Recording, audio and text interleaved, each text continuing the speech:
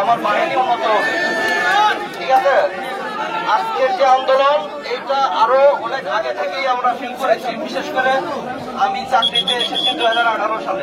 আগে এই বাহিনী সম্পর্কে জানতাম না। এখানে আসার পরে এই সিস্টেমটা ছিল এরকম, আমরা আমার ব্যাটম্যান যারা আছে এগুলো অনুধাবন করতাম যে আসলে একটা বাহিনীর একটা সদস্য হয়তো বৈষম্য ভাবে থাকতে পারে না। এটার বিরুদ্ধে এখন সময় আসছে, এবার আপনারা সবাই হয়ে দাবি দেওয়া সেইটা সফল করার জন্য আসছেন। এই যে এত আমার জেলা আনসার সদস্য কখনো আপনাদের এইভাবে কখনোই একত্রে পাই নাই, সবাইকে দেখে আমার ভালো লাগছে।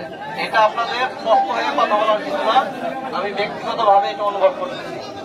ঠিক আছে, আমাদের উদ্দেশ্য হচ্ছে এক দফা এক দাবি, এইটা পূরণ করার জন্য যা যা করা দরকার আমার পক্ষ থেকে, আমি জেলা কমান্ড্যান্ট ব্রাহ্মণবাড়িয়া হিসেবে আমার পক্ষ থেকে আপনাদের যতটুকু সাপোর্ট করা দরকার আমার জায়গা থেকে, আমার সামর্থ্য যতটুকু, আমি সর্বোচ্চটুকু 100%-এর চেয়েও যদি বেশি সম্ভব হয় এটা আমি চেষ্টা করবো।